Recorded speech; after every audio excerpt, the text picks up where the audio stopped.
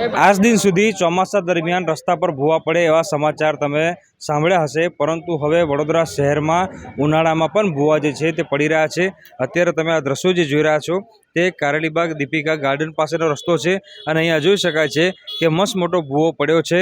અહીંયા નવાઈની વાત એ છે કે થોડા દિવસો અગાઉ જ આ જે રોડ છે તે બનાવવામાં આવ્યો છે અને એના પર કાર્પેટિંગ જે છે તે કરવામાં આવ્યું છે। ત્યારે આટલા ઓછા સમયમાં આ રસ્તા પર ભૂવો પડી જતા ચોક્કસથી જે કોન્ટ્રાક્ટરની કામગીરી છે તેની સામે સવાલ ઉઠી રહ્યા છે। સ્થાનિક લોકો છે તેઓની અંદર ભારોભાર રોષની લાગણી જોવા મળી રહી છે, કારણ કે હવે તો વડોદરા શહેરના રસ્તાઓ પણ સુરક્ષિત રહ્યા નથી। રસ્તા પરથી જ્યારે પસાર થઈએ ત્યારે કયો રસ્તો ક્યારે બેસી જાય તેનું કંઈ પણ ગેરંટી કે વોરંટી હોતી નથી।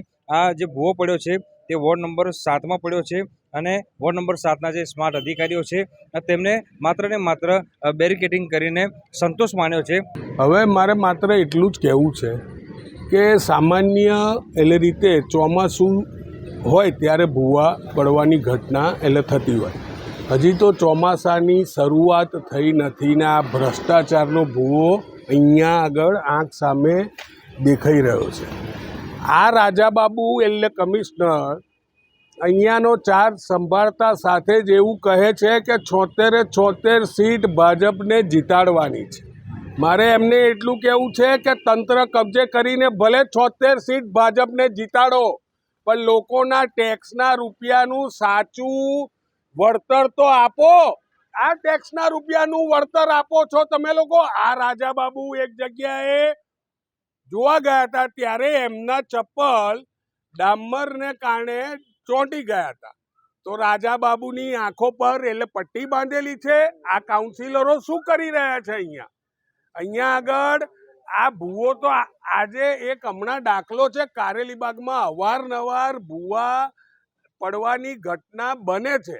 આજે જે કહેવાય છે કે વડોદરા શહેરમાં આવેલ જે કારેલીબાગ વિસ્તારમાં જે દીપિકા ગાર્ડન જવાનો જે મુખ્ય માર્ગ છે, આ રોડ પર ગત વર્ષે પણ જે મસ્ત મોટો ભૂવો પડ્યો હતો, ત્યારબાદ જે કહેવાય છે કે રિપેરિંગ કામગીરી કરવામાં આવી। હાલમાં ફરીથી એ જ જગ્યા ઉપર એની બાજુમાં જ જે મસ્ત મોટો ભૂવો પડ્યો છે, થોડા સમય પહેલે જ એટલે કે 2 મહિના પહેલે જ આ નવીન રોડ બનાવવામાં આવ્યો। એટલે કંઈક ને કંઈક લાગી રહ્યું છે કે વડોદરા શહેરની અંદર જે પાણી પુરવઠા, ડ્રેનેજ શાખા સાથે સાથે રોડ કોન્ટ્રાક્ટર, આ ત્રણને સંકલનનો અભાવ જોવા મળી રહ્યો છે। સાથે સાથે જે અવારનવાર ભ્રષ્ટાચારના ભૂવા પડતા હોય એટલે કંઈક ને કંઈક લાગી રહ્યું છે કે વડોદરા શહેરમાં પૂરેપૂર્વ જે મ્યુનિસિપલ કમિશનર સાહેબ દિલીપ રાણા હતા, તેઓ આખા વડોદરા શહેરમાં કાણા કરીને ગયા છે, પરંતુ હાલમાં જે રાજાબાબુ આવ્યા છે, હવે રાજાબાબુને એક અપીલ કરે છે કે જ્યારે તમારા પગ ચોટતા હોય ત્યારે તમે જે જગ્યા ઉપર પહોંચતા હોય છો ત્યારે ખાસ કરીને આ જે ભૂવા પડતા હોય છે, આ ભૂવાનું નિરીક્ષણ કરી અને અધિકારીઓને સસ્પેન્ડ કરવામાં આવે અને જે તે કોન્ટ્રાક્ટરોને બ્લેકલિસ્ટ કરવામાં આવે તેવી અમારી ખાસ માંગણી છે।